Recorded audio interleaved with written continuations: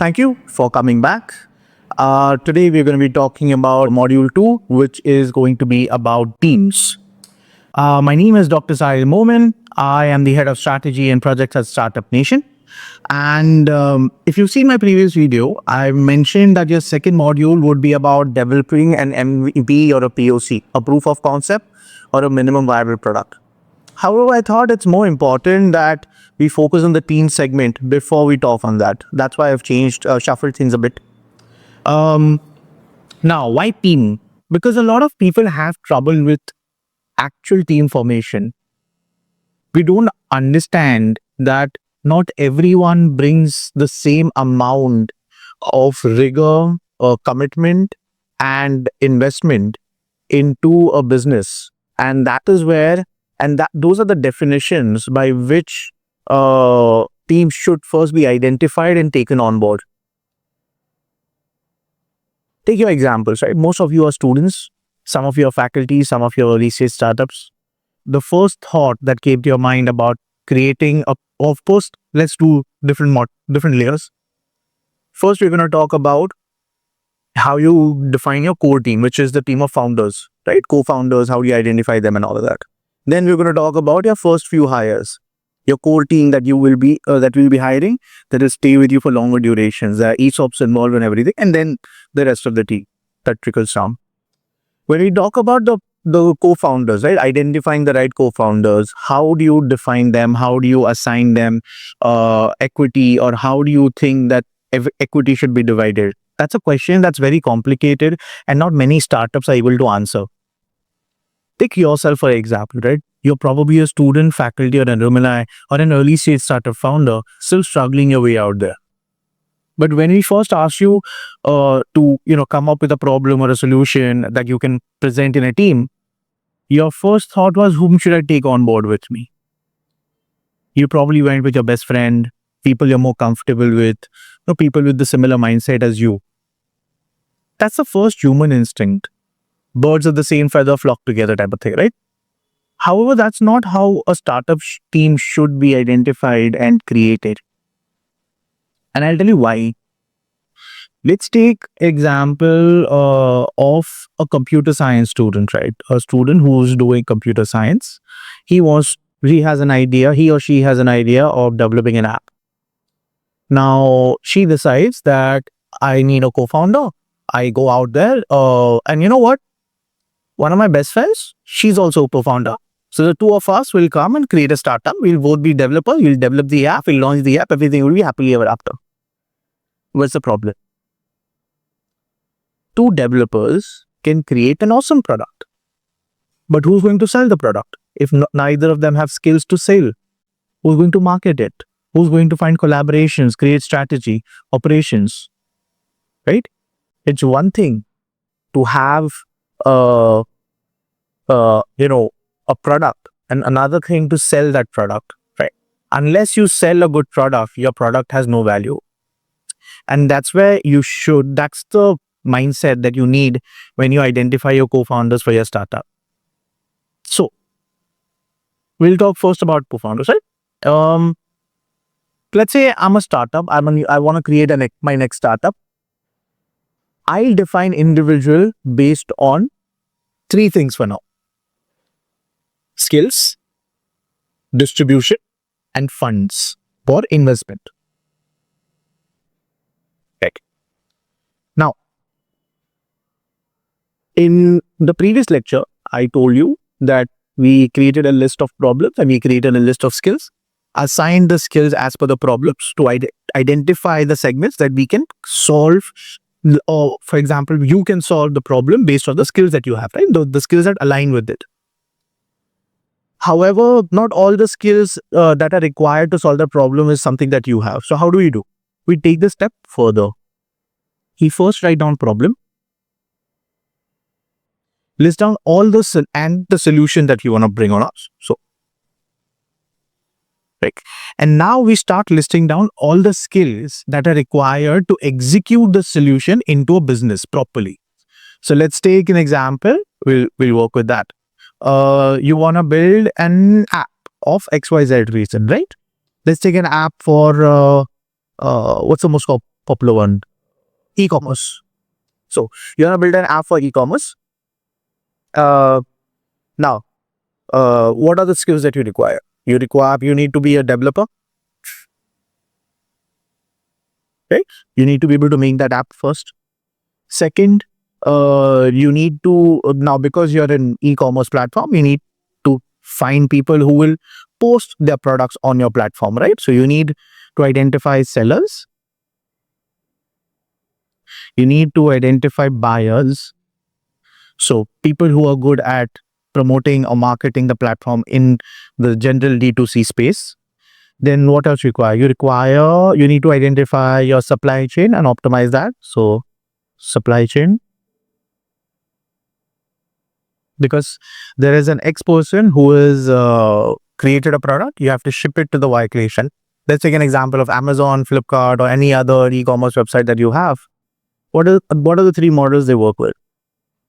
We just create a marketplace where people can come, post their product, the other people can buy it, and the manufacturer will ship the product to the buyer. We will come pick up the product from your warehouse and we will go and deliver it to the customer. We are also the logistic company now. So we are an e-commerce platform plus a logistic hub. The third one is where Amazon or any other e-commerce platform will store your product with them. And every time they get an order, they'll automatically ship it to the customer, reducing the time that is required in the delivery as well. Right? So that's the model. But what's happening at the third stage? You're a marketplace, you're a logistic company, and you're a warehouse and storage company. Right? Let's take the very basic of the three models. The first one, an e-commerce platform where people will come and they will ship it themselves. You as a app developer or an app company will not do anything. You're just a marketplace. So even in that case, you require the developer. You need a developer to do that, right? You still need to bring on the buyers. You still need to bring on the sellers, right? 2-3 things that you need. What else do you need? You need funds, right? So you need investment to basically create the app and then launch the app, because the more buyers put their products or enlist their product on your marketplace, the heavier your website is going to be, the more you'll have to pay for the servers, right? So you'll require an investment. You'll need people, right? Or you need someone to manage those people, right? So you need someone with management skills.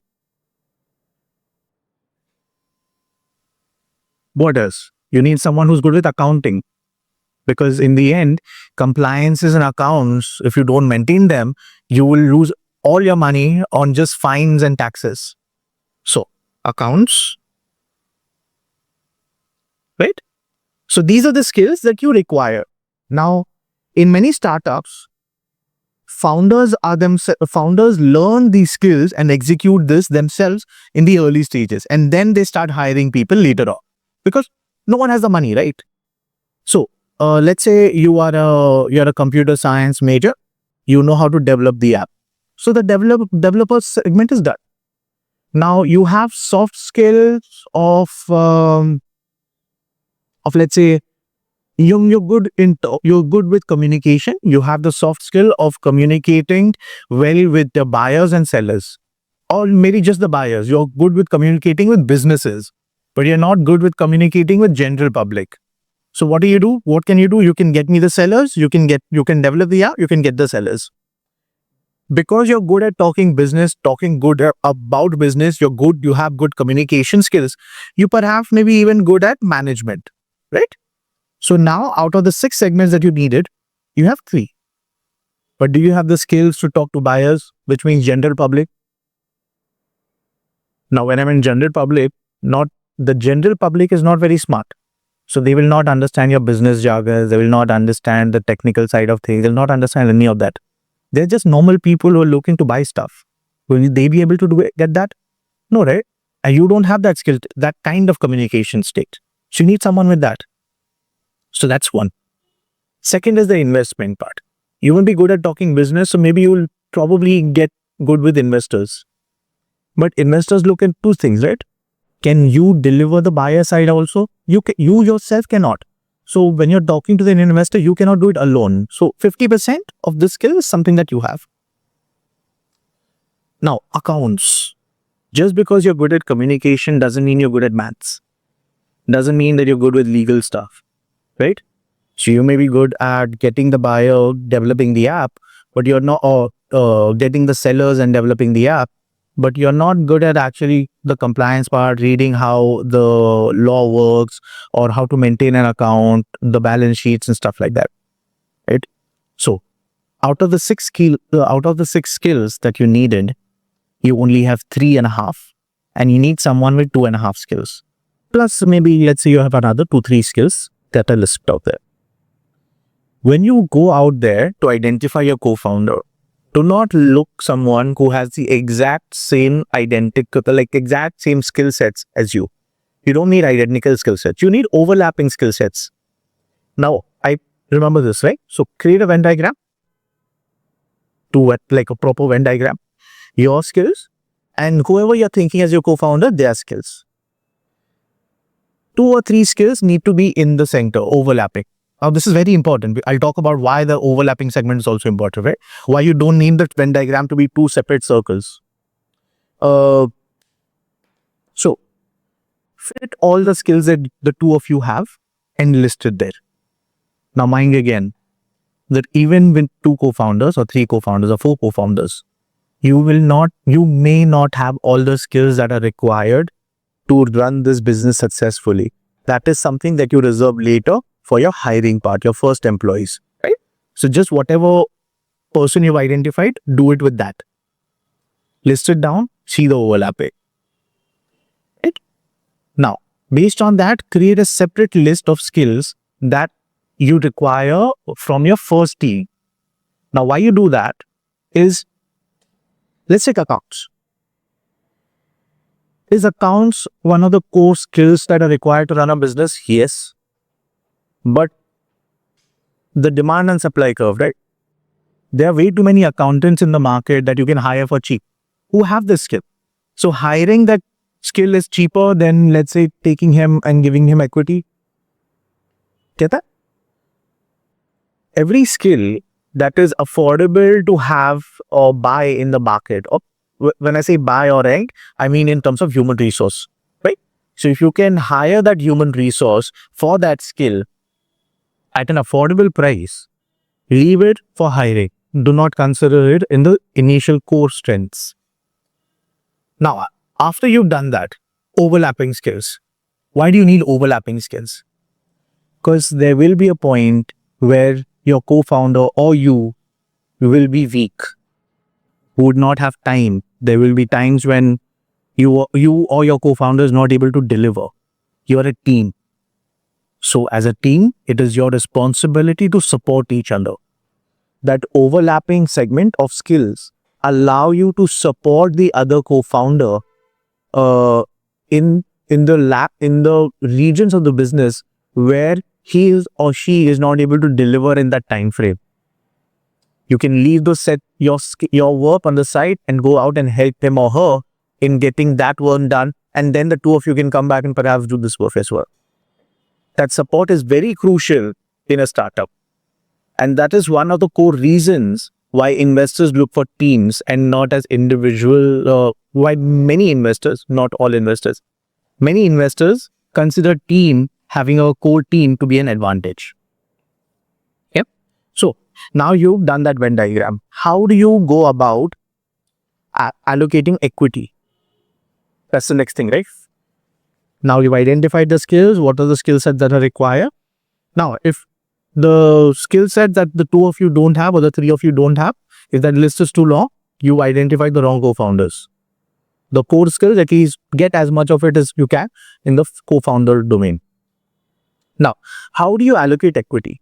Does everyone get equal equity? Let's say you're 3 students from a university who come from a similar background, come from everything is pretty much same.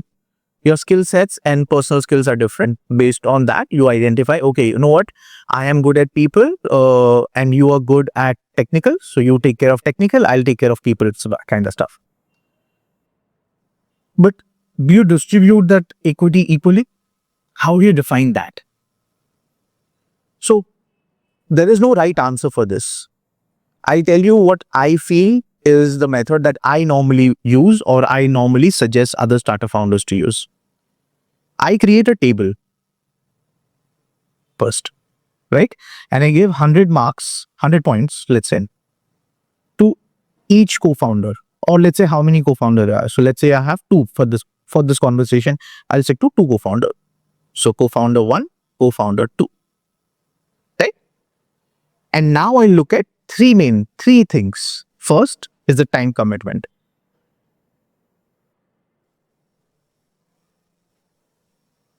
From the two of the co-founders or the two members, two founders, are both of them able to give 100% of the time to the startup? Maybe, maybe not, right? Someone's working full-time, someone's working part-time. So let's say founder 1 is working full-time. He or she retains 100. Founder 2 is not working full-time, only doing part-time, right? So part-time, 50% off right there and there. So number of points gone to 50.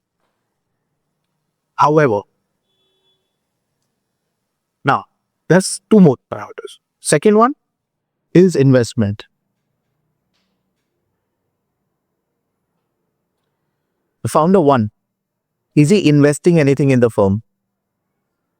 No. Founder 2, who is part-time, is he or she investing in the firm? Yes. So I reduce the points of founder 1. So from 100, that goes to 50. Co-founder 2, who's the investing partner, will stay as it is. Now they're both at 50. Now the third thing I look at is salary. Because everyone requires money to survive. Not everyone has the same financial background, right? So let's take salary. Now, co-founder 1, who's not the investing partner, does not have the financial background or the sustenance to survive the next 6 months, 1 year without the salary or whatever X amount of time without salary from the company.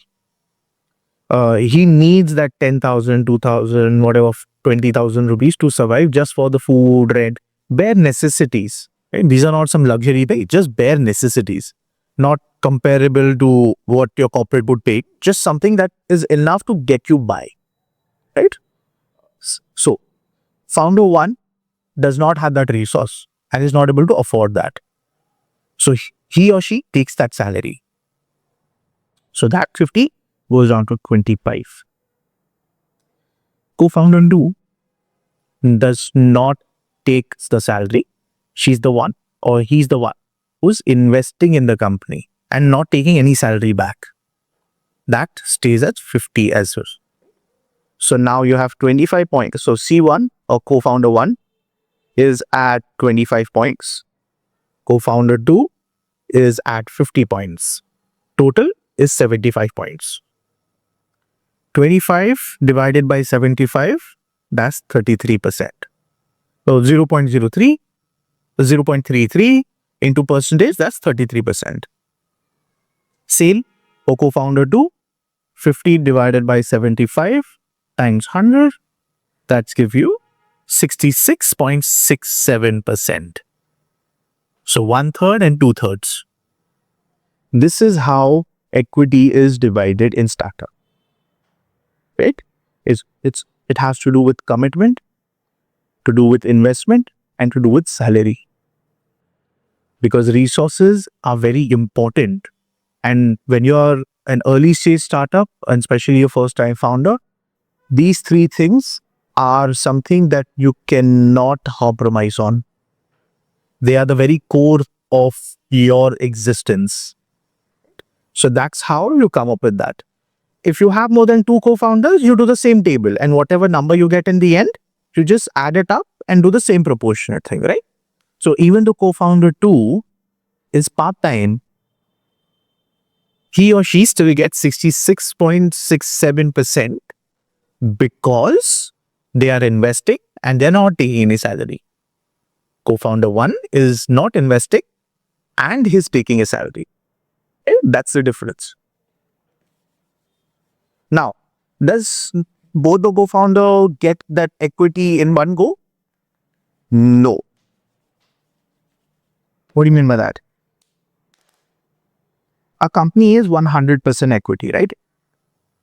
I allocated 33% to one co-founder, another 66% to another co-founder. But do they both deserve it right now? Maybe, maybe not. Right? What are the conditions on which they got this equity? So, co-founder 1 was at 33%, got this equity solely based on time commitment. Co-founder 2 got a small portion of the equity for time commitment, but a majority of the equity for investment and not taking the salary, right? So it was 66% or let's say 67%, and he got part-time. Then we have investment. And then we have what is that? Salary, no salary. Right? Which of these are tangibles and which of these are not tangibles?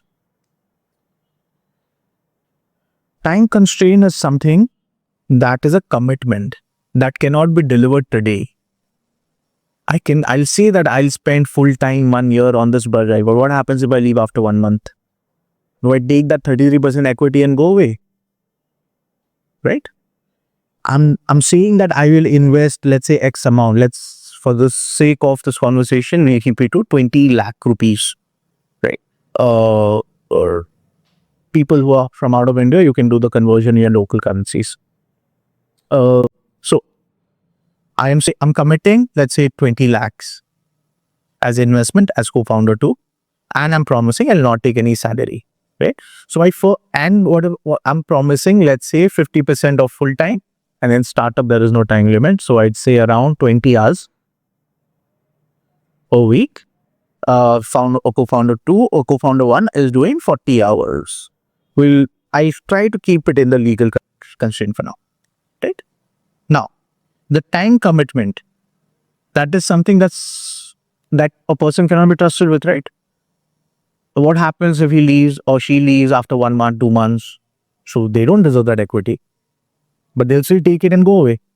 The investment has to come on the first day, right? Or in tranches. Let's say I say 20 lakh and I'll give you 10 lakh now, and I'll give you another 10 lakh in 6 months. Now the no salary component starts on the first day itself, salary for co-founder 2. So now how do you create the contract? What you do is, now in my experience, it takes a minimum of 3 years to build a proper startup. Right? It takes me 3 years to build this business properly. I allocate 33% on day 1. But the co-founder 1 will not get 33% from the company on the same day. A company is a separate entity from the individuals who run the company. Right? So when I say a percentage of a company, a percentage of a separate entity. Voting rights and everything else may stay same. That's not a problem. But the way you make the contract is that all the equity for co-founder 1 will stay with the company, and out of the 33%, he or she will get 11% every year. So whenever the company reaches 1 year milestone, he'll get 11%, he or she'll get 11%. Second year, the second 11%, so now 22%. Third year, another 11%, completing 33% equity. The number of shares are allocated and kept with the company with the proper contract and documentation. Now there may be fear sometimes. What happens if I build the company very well in 6 months and then I have to leave? Right? Because co-founder 1 is doing a lot of hard work full time. What do you do about that? An alternative to that is you divide that 11% equity by another 12 and you allocate it every month, or you divide it by 4, you divide it by 4 and you allocate it every quarter, right? So you can allocate equity, a small portion every month for the next 3 years till that 33% is complete, or you can allocate, let's say, 3 months worth of equity at one time, because there's compliance in that also, right? That documentation that you'll have to do. You don't want to do it every month. So you do every quarter for that matter. That is something that's up to you. That is between the two co-founders on which they're more comfortable with. Do it by month, by quarter, by year, right? Now, co-founder 2, who's putting the money and not taking the salary. Should she get or he get all that 67 equity at the same time? No. Right? Again, that's not how it works. So how do you do this now? What you do is you take that 67% and you divide it into 3 fragments. Yeah. First is the investment fragment. Promised 20 lakhs in 2 tranches. So first tranche is 10 lakh that will be given to you today, and another 10 lakh which comes later on. Second is the time commitment of 20 hours, and third is no salary. The time commitment and no salary part component can be merged. Let's say I allocate for the investment, for the time commitment, let's say I'll start with time, it's easier. At an ideation stage, I would normally value a company not more than 1 crore or 100, how much is 1 crore? 10 million rupees, 10 million rupees, right? Or 1 crore. 20 lakh is something that is being committed as investment. So 20% of that, which is 20% of 1 crore. So 20% of equity comes from that. So out of the 67%, 20% is for investment. Remainder 47% divided into 2 components. Now again, the remainder of 47% is again a time commitment thing, right? A time duration thing. I will not take salary. I will put in this many hours, 2 commitments there. So you take that 47% and you do the same math that you did with co-founder 1. You divide it by, again, 3 years. And then you can do it monthly, quarterly, or annually with them. The 20% of investment bit, because he's doing it in 2 tranches, and the first 10 lakhs is coming on day 1. Right? So that 10% of that equity gets transferred immediately. The second 10% of the equity will get transferred in bulk when the second 10 lakh rupees comes. So second, let's say after 6 months, I'll give you the second 10 lakhs. 10 lakhs for the people who don't know is 1 million rupees. So the second tranche of that will come in 6 months. So after 6 months, when that additional 10 lakh rupee comes, you will get an additional 10%. And the remaining of 47%, you will get either monthly, quarterly, or annually. Now, this parameter can be same for both the co-founders, and you will get it periodically over time for the next 3 years, provided you stay committed to the company. Now, the reason we do it this way is sometimes people invest and they're not able to allocate that time. So when that happens, that equity needs to go back and divide it amongst the people because you've allocated a certain amount for that also.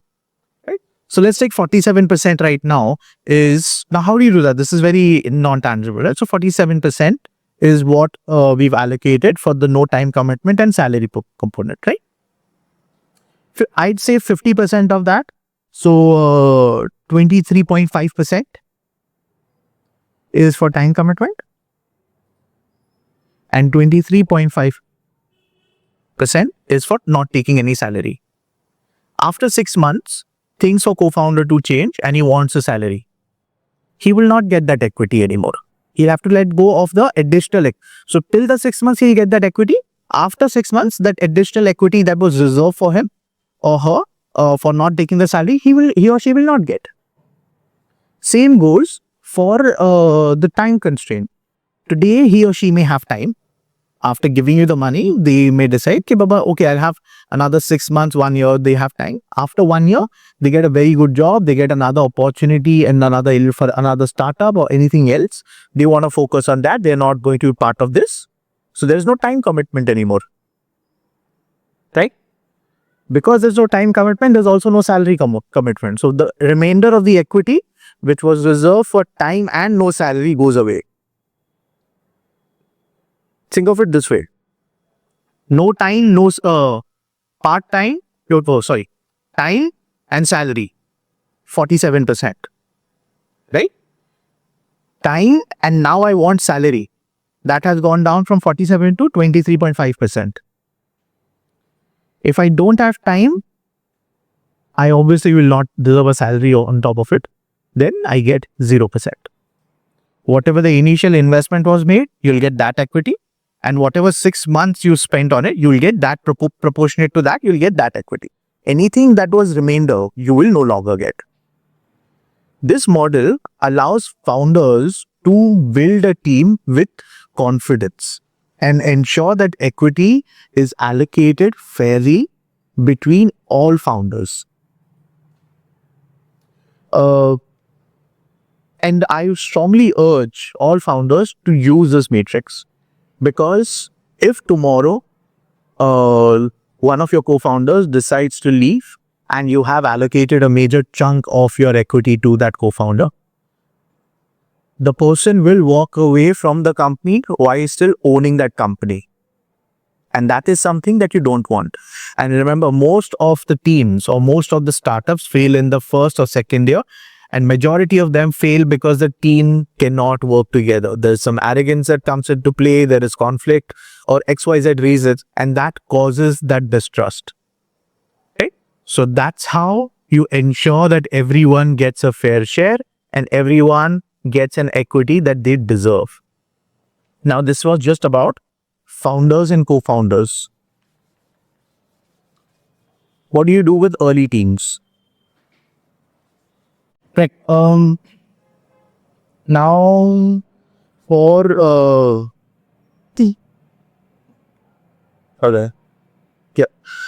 for early team members, right? Your core team.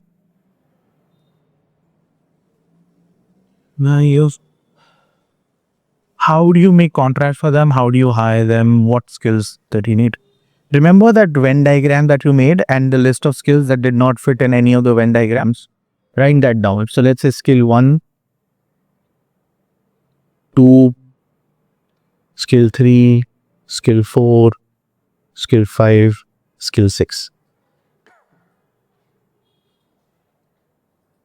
When I go in the market, let's say I want to hire an accountant. One sec, sir, won't give some water. Right. So I go in the market and I want to hire an accountant. Now, an accountant would normally cost me in the 50,000 rupees approximation per month.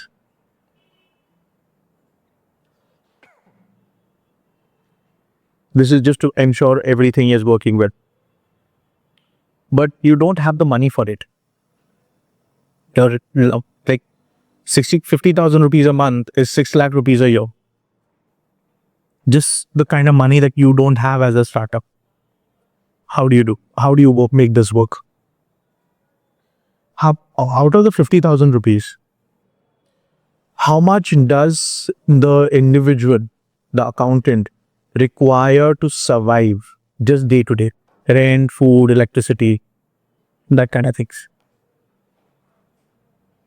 Let's say that he or she requires rupees 25,000 for that, right? These are just bare necessities. Now, what you do is you take the difference of that 25,000. So 50,000 minus. Now this individual deserves an additional 25,000. But do I have the money to pay him that? No. But I still want that person to work with me. So how do I compensate for it? How do I make sure that this person still works for me? Okay. So what I do is from my pool of equity. So that your entire equity pool is 100%. First, let's talk about a little thing called ESOPs. Then I'll come back to that. For my entire pool of 100% pie, I reserve 10% equity, or let's say at early stage, 15% equity for ESOPs as employee stock options. Now, the value of the company was 1 crore, right? Ideation stage, you're just at an idea stage, your value is not more than 1 crore in the Indian markets. Depending on different markets, your value may be different. Now, 1 crore is 100 lakhs. And I do this because we have foreigners as well, right? Now, 15% of that 100 lakh is 15 lakh rupees, right? Equity shares equal to 15 lakh rupees is reserved to be spent as salary or shares on employees. This is called ESOPs, employee stock options. Now, the 25,000 rupee, now let's go back to the accountant scenario. The salary was 50,000 rupees. So the market value is 50,000 rupees. The salary I'm paying that individual is about 25,000 rupees. The remaining 25,000 rupees, I need to compensate for that. So the way I go about it is, now because I pay that extra compensation in shares in the company, so that when the company does well and the valuation of the company increases, let's say we're talking about going from 1 crore to let's say 50 crores. So 50 times the value of those shares will also go high. They'll also increase with time, right? And that is a form of investment that they receive as fair compensation. But do I allocate 25,000 worth of equity or shares to this individual? Would that be fair? No. Why would that not be fair? Let's say tomorrow there's a medical emergency. Can this individual sell those 25,000 rupee share to anybody? No. You can't. Because no one out there is looking to buy these 25,000 rupee worth share. This equity and the share is only valued to the investors and the equity owners of the company. If the company buys back, that's fine. But if the company does not have resource to buy those equity back, that shares back, you will not have money to pay for those medical bills, right? So you have money saved and you have those resources, but someone is dying in the hospital and you're not able to sell that equity or that asset to pay for those bills. How do you go around this? How do you compensate for that? So whatever the difference is, you pay a higher percentage, you pay a higher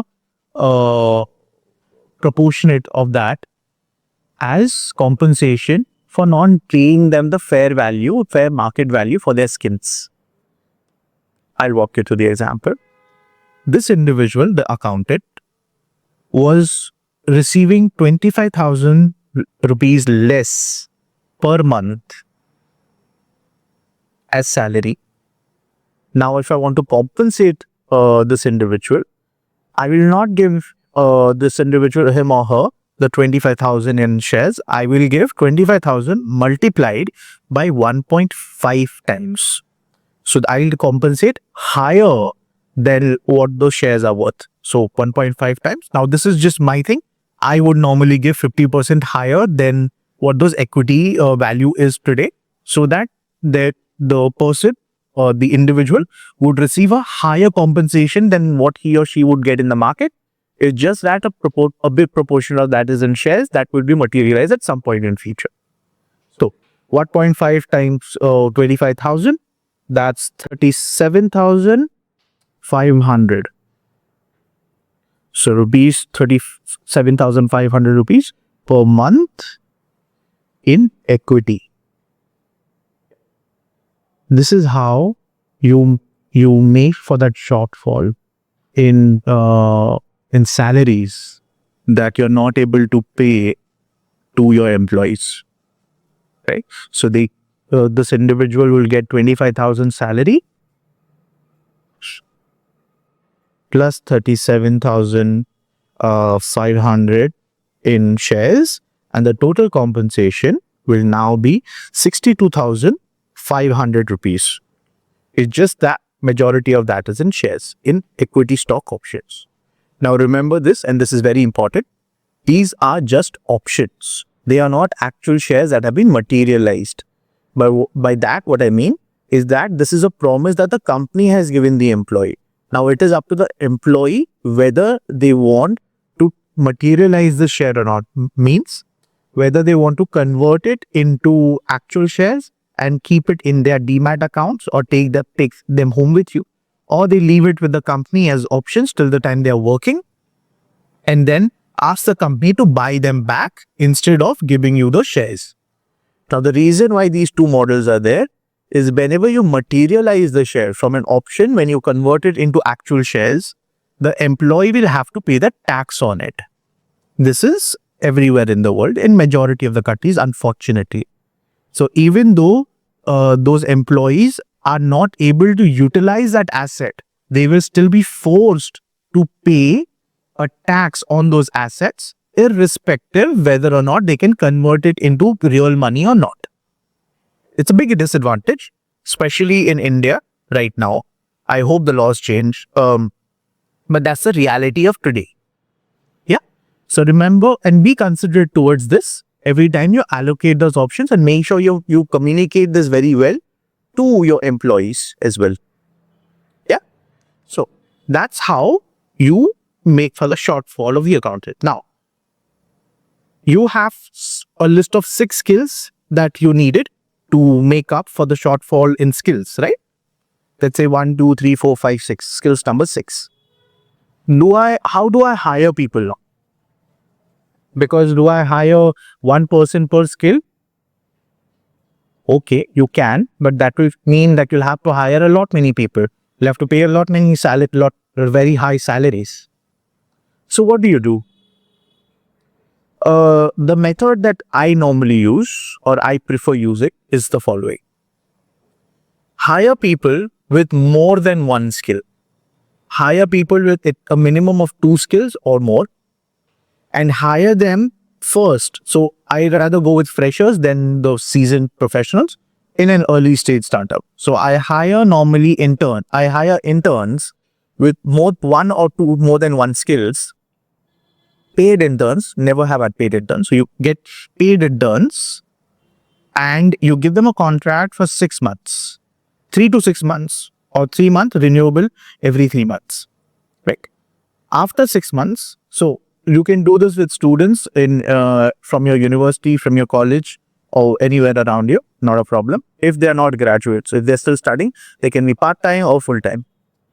After the 6 months or after the internship period is complete, and if they do not have any other time commitment, you hire them as full-time employees at fair market value in terms of salary plus equity in terms of ESOP.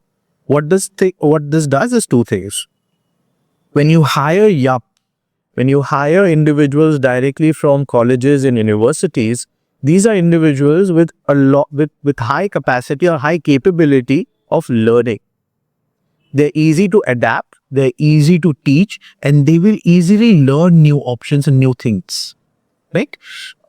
And after the 6-month period, after that internship is done, or even the 3-month internship is done, it will give them and you the confidence in each other. See, when they commit their early career years in a company that is underpaying them in salary and is paying them a big chunk in equity, they need the confidence that that equity will have some value at some point in the future. the first 3 or 6 months will allow them to relate with you. They'll allow them to be more comfortable around your culture, your company, around your management, and decide whether or not they want to spend those early career years in a company that is paying them in equity, right? Or they should go for an open job. Second thing that interns help you with are the interns charge you lower than market salary, so they are relatively affordable, right? So this way, in the first 3 months or 6 months of the startup, you'll be able to spend less on salaries. Now, make sure the salaries is 100% for interns. At least it's always 100% salary, no equity there, right? Don't go and tell your interns that I'll pay you in equity. Please don't do that. So always make sure you pay your interns in salary, and you pay them for the first 3 months, 6 months. You pay them less. The work there is higher. They have higher potential of learning. In the first 3 to 6 months, they experience what the real world looks like. They experience the real skills, and they learn from you. This is an equal barter for both individuals, for the company and the intern, because the intern learns real valuable skills which he or she can use in the next company after the 3 month or 6 months time if they decide to do so.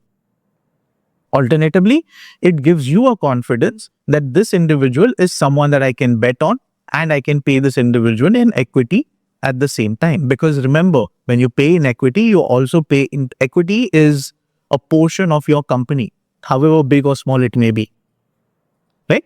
So that's how you hire. That's how I recommend you hire. Now, this is just my perspective, and this is just how I would do things. But make sure that you have at least the core team, the core skills in place before you go and launch your product, right?